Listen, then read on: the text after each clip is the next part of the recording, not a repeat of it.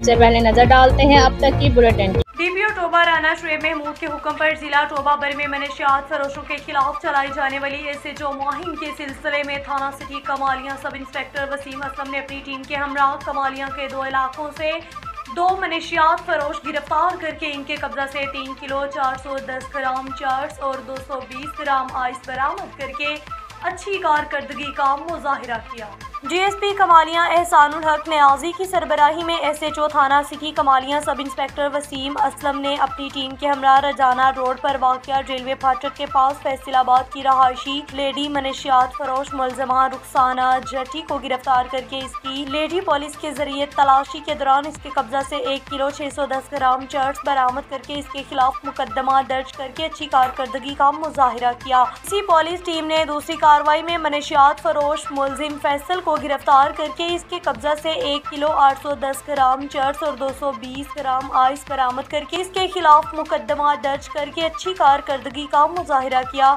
जिस पर मैं एसएचओ थाना city Kamalia sub inspector Wasim Aslam और इनकी टीम को शाबाश देता। इन ख्यालात का इजहार डीपीओ टोबा राना शुएब महमूद ने प्रेस रिलीज में किया। इस मौका पर PRO ASI मोहम्मद अताउल्लाह भी मौजूद थे। रिपोर्ट करना इसलिए नए लाइफ बॉय में है एक्टिव सिल्वर, जो दे जरासीम से 10 गुना बेहतर हिफाजत। नया सिल्वर लाइफ बॉय, दुनिया का नंबर 1 जर्म प्रोटेक्शन सोप।